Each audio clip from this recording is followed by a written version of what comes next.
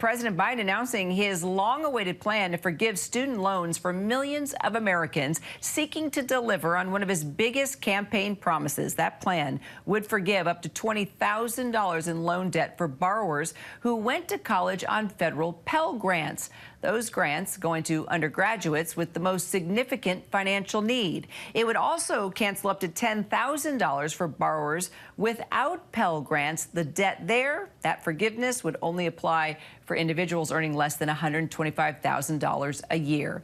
Part of what the president said today, right here. This means people can finally crawl out from under that mountain of debt, to get on top of their rent and their utilities, to finally think about buying a home or starting a family or starting a business. And by the way, when this happens, the whole economy is better off. Let's bring in White House correspondent MaryAlice Parks and also ABC News business correspondent Deirdre Bolton for more on this. MaryAlice, what do you make of Biden's remarks? There's clearly a lot of pros and cons coming forward since he spoke moments ago. Yeah, a few things stood out to me. First, he leaned in heavily on just the rising cost of college. He talked about how the tuition for public universities has tripled in the last 40 years, and it's been harder and harder for families to pay for that with help that they used to get from the federal government. He talked about how Pell Grants used to help families, low-income families, pay for almost 80% of the cost of college. Now those grants only cover about 30% of the cost. And so that was part of his rationale for why he thinks this is so necessary right now, why he's moving on this right now. But he also tried to get ahead of some of the criticism that obviously was coming immediately. He talked about other debt that has been forgiven in the last few years, especially during COVID. You heard him talk about how PPP loans that went to small businesses were forgiven. It was a way of him saying, I know there's critics out there, but we think this is important. So, Deirdre, put this in perspective. Who will this really help, and who's going to pay the price? So the White House says who this will really help, that 90% of who it helps are individuals who make less than $75,000 a year. So obviously, if you're just going by the numbers, the most vulnerable, financially vulnerable people in the population. As for the cost, there are numerous estimates out there, but plus or minus $300 billion is the amount of money that taxpayers will be on the hook for. However, there is a mixed response from economists. I'm looking at some comments from Mark Zandi. He's the chief economist at Moody's. And he says essentially the impact on growth and inflation next year will be marginal. And he says, long story short, this is a wash. But of course, the concern, Kira, that we've been hearing, I know you've been reading some of the pushback that some of the Republicans have been speaking about, is that this will make inflation worse. Meaning if you know your debt is forgiven, does that change your spending habits? Do you all of a sudden become careless and spend more when we are already seeing inflation at a 40-year high, as we have all been talking about and noticing? Groceries up 12% if you look this time versus this time last year. Gasoline, of course, off its highs, still more than 20% higher than it was at this time last year. And rent, which for many people really don't have a choice at all on how to measure that, or rather how to work with that.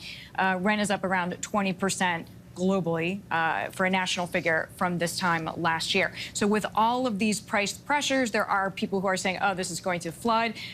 Mark Zandi, at least, is one economist who says absolutely not. It will remain a neutral part. Kira. So, MaryAlice, how does this plan compare to what he promised actually during his campaign? A little bit less, but he was very careful during his campaign to not give hard figures. Other Democrats had been pushing him to do a lot more. We know Senate Majority Leader had been pushing him to forgive up to $50,000 in student loan debt. Some progressives calling for him to go beyond that. This is a much more measured approach, frankly, smaller figures and that income cap.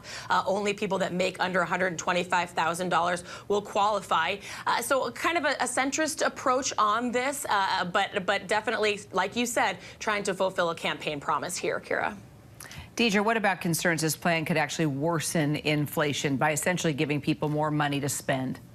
I think one element that has raised some eyebrows is that all debt remains frozen till the end of this year. So arguably not a ton of time, but yet if you are one of these lucky individuals who does make more than $125,000 a year and you do have college debt, your payments are still frozen through the end of the year. We have seen this deadline pushed forward 7 times.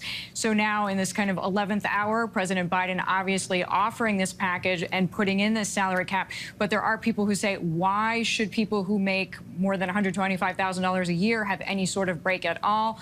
President Biden, as we heard him say earlier, part of what's going to pay for this program is that some people will have to begin to make repayments. Kira. And MaryAlice, of course, the GOP reacting pretty harshly, NAACP criticizing the president's plan. Put that into perspective for us. The GOP talking about this being a big political stunt, and really it's not what it appears, that it's a political gimmick. NAACP saying, look, much more needs to be done with regard to equity and loans in this country.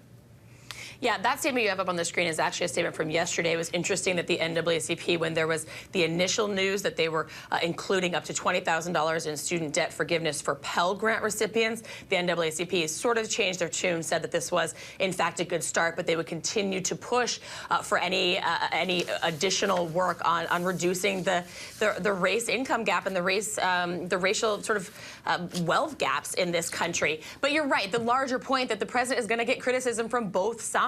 There are Democrats that say this just doesn't go far enough, and Republicans that say they're not mincing words. They say that this is a handout, a bailout, a giveaway. All right, MaryAlice, Deirdre, thank you so much.